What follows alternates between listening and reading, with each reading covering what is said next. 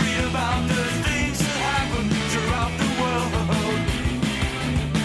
Don't believe in everything you see or hear.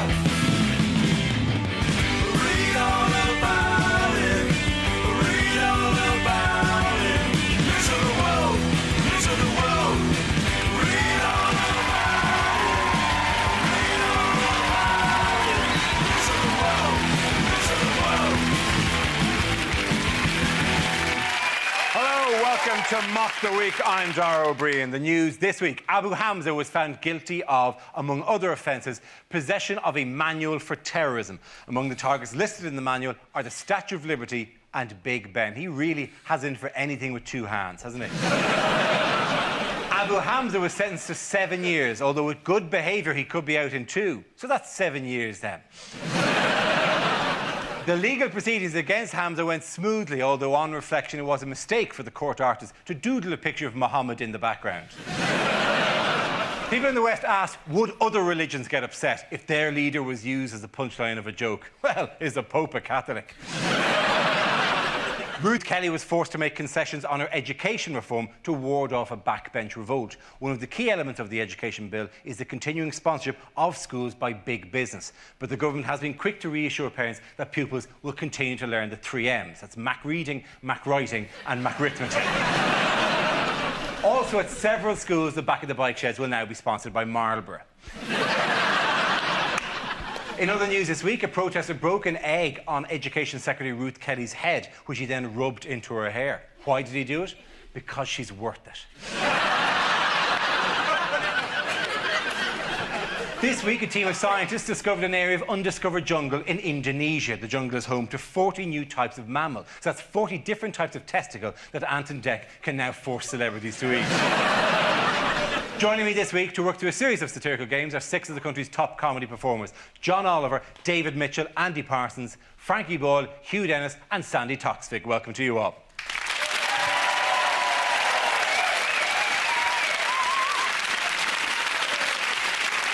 Let's kick off with a round we call Headliners. I show the teams a recent photo along with the initial letters of a newspaper headline. They then have to tell me what the letters stand for.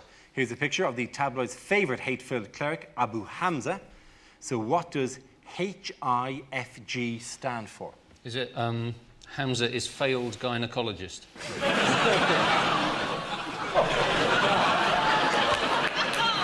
Yes, it's a bit unpleasant.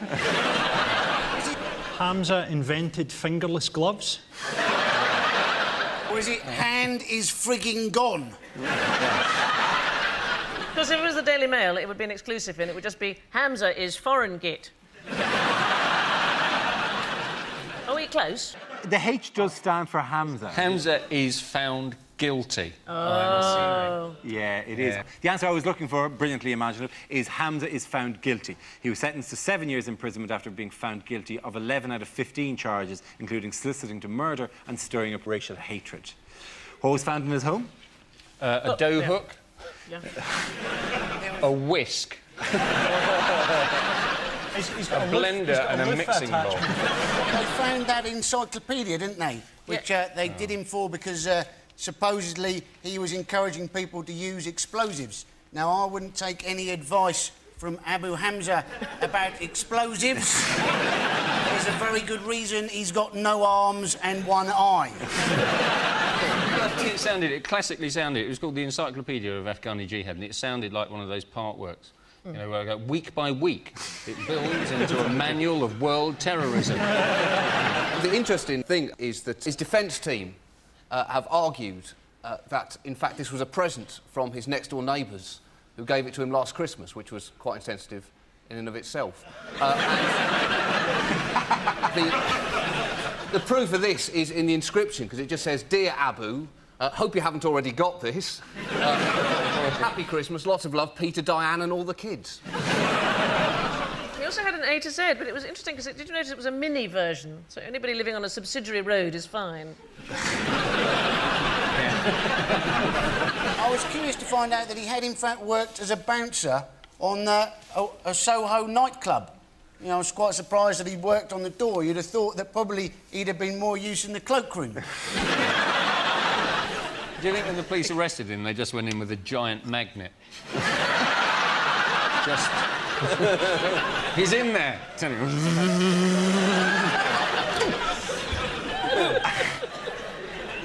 Well, surely he wouldn't do that. He'd have gone thunk like that.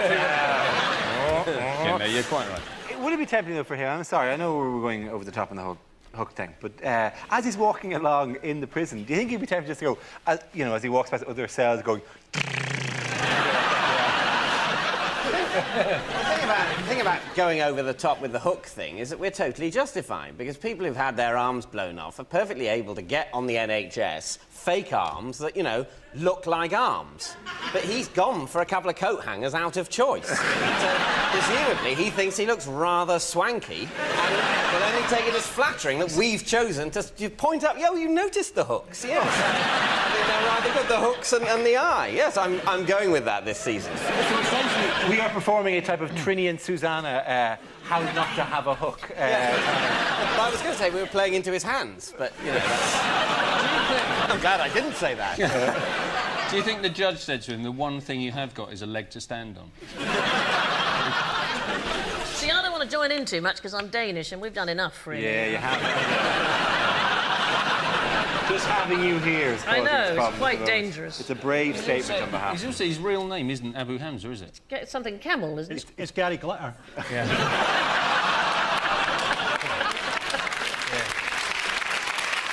His real name is Mustafa Kamal. You can see... He's got a career. He's got a career in carry-on films. Yeah. Well, I want to know about Abu Hamza. I don't suppose he's actually ever been skiing, but if he did, would he bother to wait for the ski lift? It's all about the hook. It is all about the hook. Well, The bizarre thing is, It's actually one of the nicest things about him, because, you know, what he says is nastier than the hooks. Because he says, go and kill people. but the hook actually has kind of made him seem more charming. In what way, Dara? Well, everyone treats him as kind of a cuddly comedy figure, to a second. It Bondifies him, doesn't it? It turns him into a Bond villain, rather than anyone we actually really have to relatively face. poor Bond villain. And, Yeah, and a poor Bond villain unpleasant with the cat as well. Meow! Oh, sorry. Get a cat attachment of some description and then put him on it. But he's supposed to be... The tabloids are saying he's an advert for terrorism, and you think he's not a very good advert if he's blown his own eyes and hands off. You don't see a recruitment advert for the British Army using someone who stood on a landmine. Join the British Army, it blew my mind. Well, you don't think there's a chance of this programme being repeated in 7 years' time, do you? That's all I'm slightly worried about. Do you think this programme will be the thing he's angriest about when he gets out? It's the thing that gets me. It's not the imprisonment, it's not the prejudice I suffered in jail, it's the satirists. They really hit me where it hurt. I didn't think anyone had noticed my hooks. It was revealed after the case that Abu Hamza's marriage broke up when he was caught with a prostitute. It was all a mistake. He saw signs saying, hand job £50 and thought, what a bargain. There were cheers around the country when the verdict was announced, but no bigger than among the Belmarsh players currently casting their up-and-coming production of Peter Pan. The police raided Abu Hamza's house. They found 3 starting pistols, so he really was guilty of race crimes. That's sweet. That's a really... It's the kindest thing you've said, really. Yeah, and it had nothing to do with the hook at all. That's a genius. At the end of that round, difficult to say who the winner is. I'm going to give it to Frankie, Hugh and Sandy. Right, the next round is called Between the Lines and features Sandy and Hugh. Would you please make your way to the press pit, please? In this round, one of them takes on the role of a person in the news addressing the media, while the other translates what they really mean. Sandy, you are Her Majesty the Queen, reflecting on the anniversary this week of her 54th year on the throne.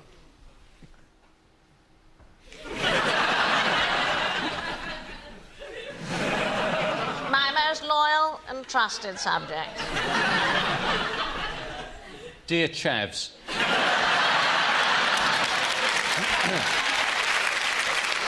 As one approaches one's 80th birthday, one can hardly believe that one has reigned for quite so long. As one approaches one's 80th birthdays, Prince Charles cannot believe that one has reigned for quite so long. I've tried to be a modern monarch, in touch with all my peoples around the globe. High five, big shout to the Commonwealth posse. During my reign, I have had many great joys and triumphs.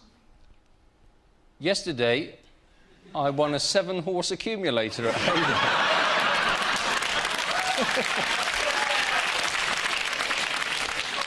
I've also watched the nation change many times for the better. Except for the trains, they're shit. But there have also been times of terrible loss. But there have also been times of terrible loss.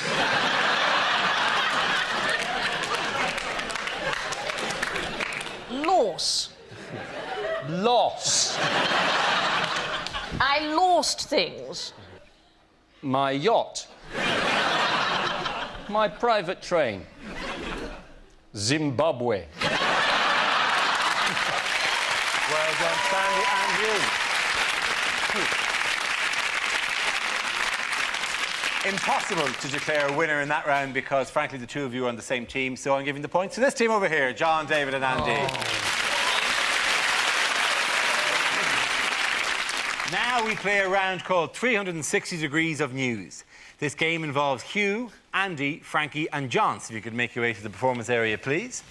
This is a stand-up challenge. Our random news generator contains a bank of newsworthy topics. We spin the wheel, and when it stops, anyone can step forward and try to make us laugh about the subject it's landed on. If I judge the player's got a big enough laugh, he or she is safe and gets to sit down again. OK, here we go. Let's have the first topic, please. And the first topic is the environment. Who wants to come in on that? John.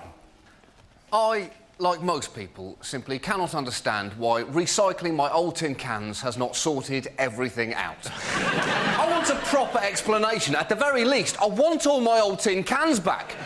What are they doing with my cans? We in the West are responsible for this. We consume far too much in the West, but if you want to talk about overconsumption, how about books? Millions of books are printed every year and most of them go completely unread. If we really want to save the planet, we need to return to the art of verbal storytelling. If an author has something that they want to say, they need to jump onto a horse, ride to the nearest village and start shouting. Let's see if Dan Brown has quite so much to say after that. Well done, John. Good job. Let's spin the wheel again. The subject is the royals. Frankie.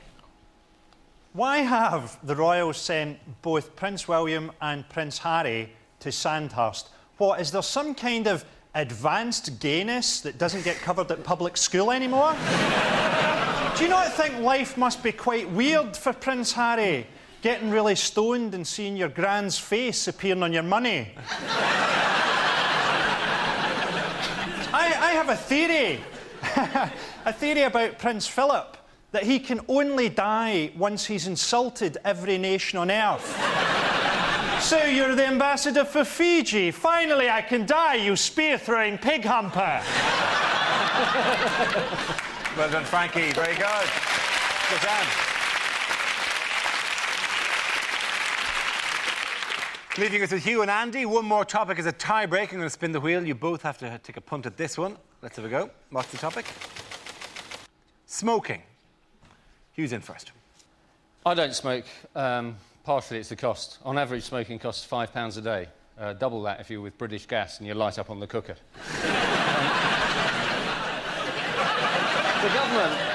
The government have promised a free vote on smoking, but the MPs who want a ban are confident of victory. They're going to walk into the chamber just before the vote and shout, "Fag break." After that, it's going to be illegal to smoke in your place of work. Although they're making an exception for laboratory beagles. Well, no, because it's difficult to give up when you're on 300 a day. And the patches are of no use to them. They won't stick to the fur. You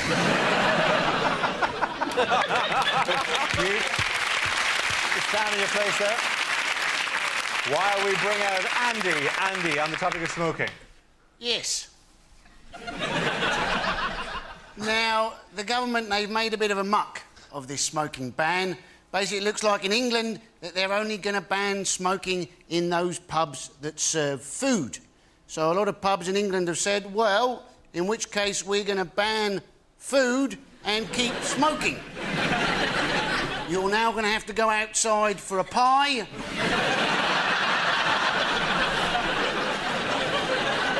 You're going to have occasional eaters nipping outside, trying to scrounge a spare lasagna. Of course, people are desperately trying to find out different ways of giving up smoking. You know, various things like acupuncture, of course, where people stick needles into people to make people feel better. As opposed, of course, to voodoo, where people stick needles into things that look like people, make people feel worse. Now, I was wondering, right, if you had a pair of identical twins and one of them had acupuncture, is the other one in a bit of trouble? Well done, Andy. Andy is the winner there. Well done. Sit down.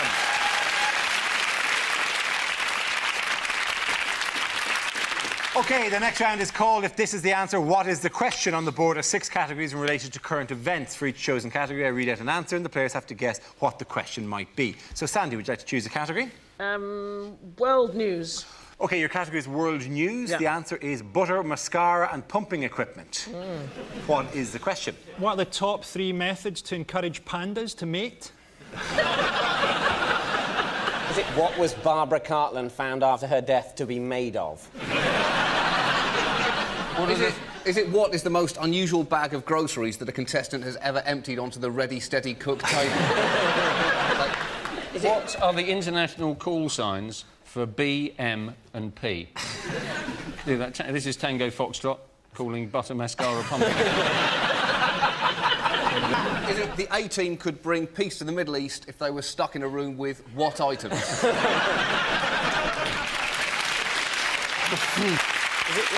it what do you need a lot of if you want to drain a lake and then fill it with butter and mascara? Is it what should you take if you're going to a party at Michael Barrymore's house?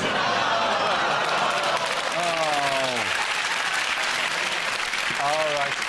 What was for lunch? I don't think you'd need mascara, Andy, pretty boy like you. All right, it's to do with a protest. Let's steer this towards an answer. It's Protest. a Danish thing, is it?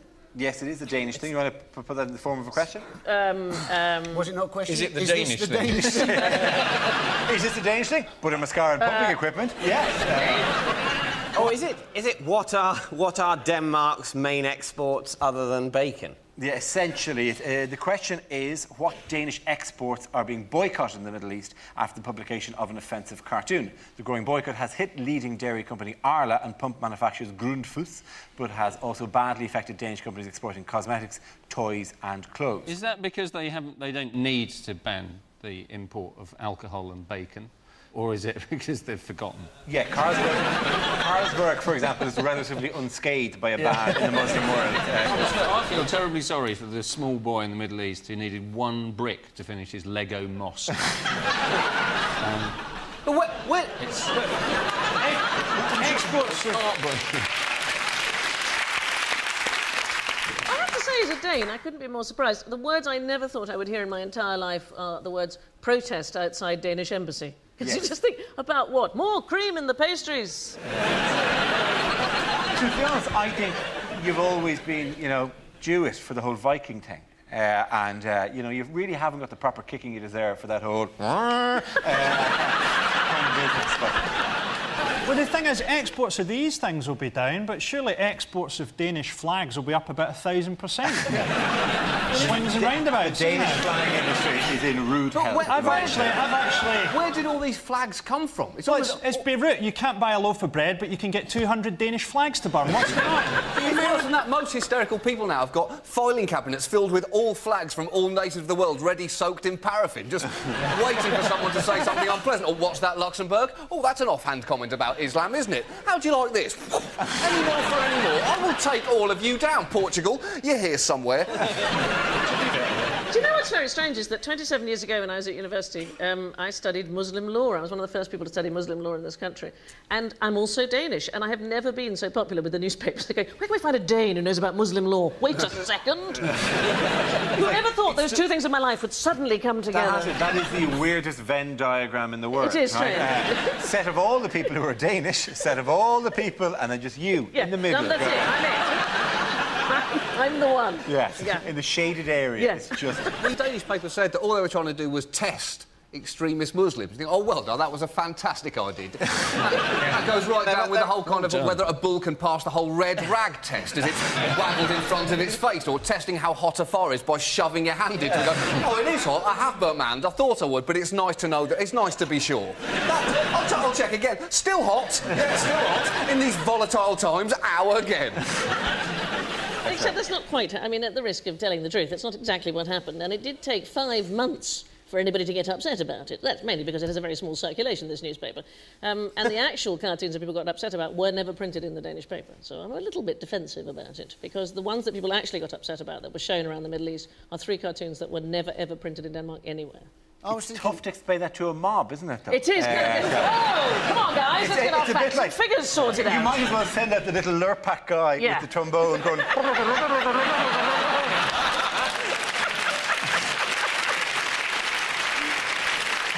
was thinking the Americans must be pleased that it's not their flags being burnt in the Middle East for the first time in ages.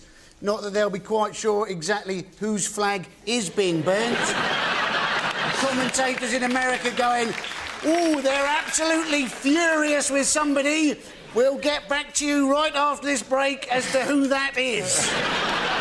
It's absolutely... It's weird, this flag. I mean, why do people give a damn about... And particularly the Americans give a massive shit about people burning their flags. I just don't understand, because essentially, it's not their flag. You know, if you burn a flag, it's a flag you've bought. It's your flag. I burnt your flag. No, you burnt your own flag.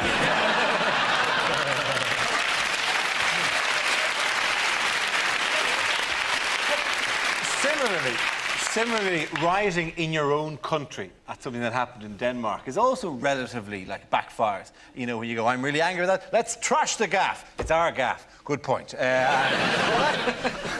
has been the knock-on effect. I mean, the amount of Swiss flags that are being burnt in the Muslim world. That's just getting it wrong. Yeah. Because the Swiss flag is very similar to the Danish flag, and that's got to get in your tits if you're a Swiss, right? The Norwegian embassy... You don't want to get the Swiss angry, because they'll attack! What's happened to the actual cartoonists, though? Does anybody know? Oh, yeah, well, they're not exactly making the... Hi, how are you? They're on chat shows at the moment going, I'd be the guy with the pen, this is the pen. Thank you very much. Well, presumably he's going to have to hide so hard, he might actually end up finding Bin Laden. Oh, I should have guessed you'd be here on one of the many rings of Saturn, Mr. Bin Laden. He's probably just drawn a picture of a door, and he's gone to it, opened it, and run through it. Who was the most controversial person at the protests in London?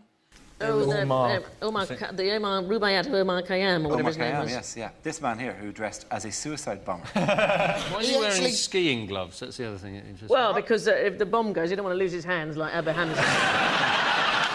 It'd just be 2 perfectly preserved hands. Yeah. He caught the train down from Bedford to London. I reckon he had the carriage to himself. Actually, it's not a bad way to stop people sitting with you, is it? It's also intriguing as to what I always think is about... He's got camouflage trousers on, hasn't he, there? So what's he thinking? That he's going to be walking along, no one will be able to see his legs? How's that? So people will be going, oh, what a shame, that disabled person can fly! He seems to be floating. The cultural editor of the newspaper that first printed the offending cartoon argued that the images highlighted the issue of religious integration in much the way as Harold Shipman highlighted the issue of doctor-patient ratios. I think the points in that round go to John, David and Andy. Yay!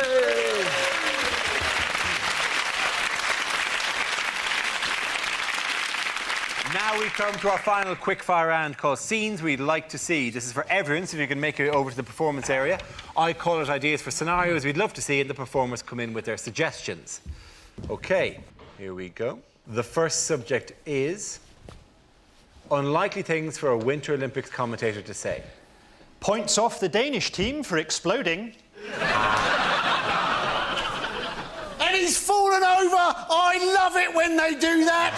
That's the best bit. And now the 4 words that no ice dancer ever wants to hear. Release the polar bear.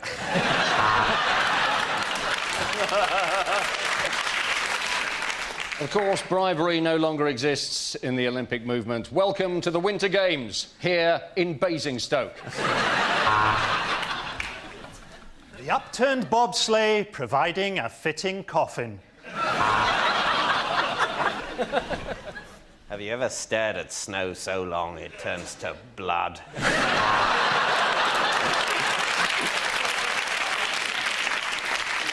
My goodness, the band must just be fed up with playing the British national anthem.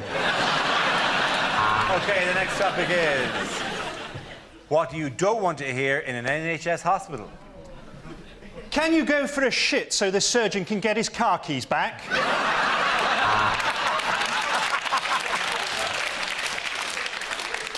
There's been the most hilarious misunderstanding during your vasectomy.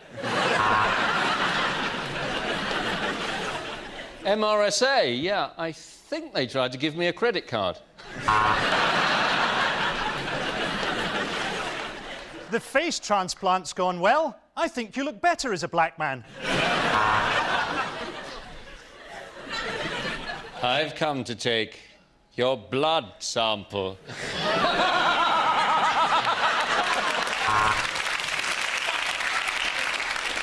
Now, you're sure you had legs when you came in?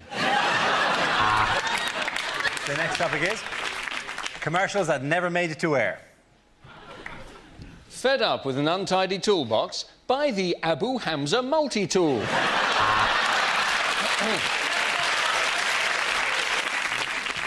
Start the day with a protein boost with Kellogg's Pork Flakes. Come home to a real fire. Visit the Danish embassy. My bank became a wine bar. To be honest, I quite like it.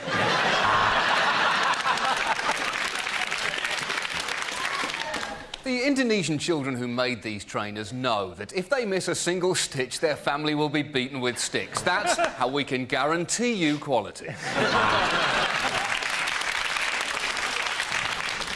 Use Vanish, like me, Sol Campbell.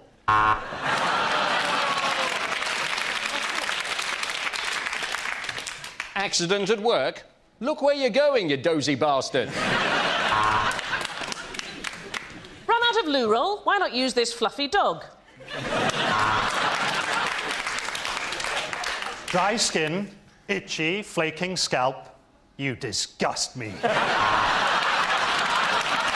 leave it at that. I think the winner of that round was Frankie. Everyone sit down.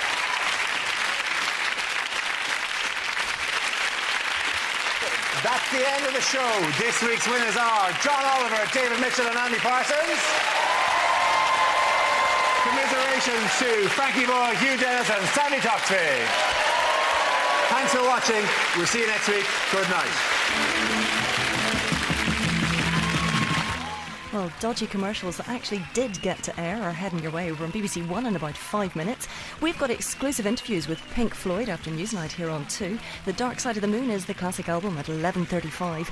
And on BBC 3 at 11, Douglas Henshaw stars in the award-winning Lawless Heart. Their British film season continues in half an hour.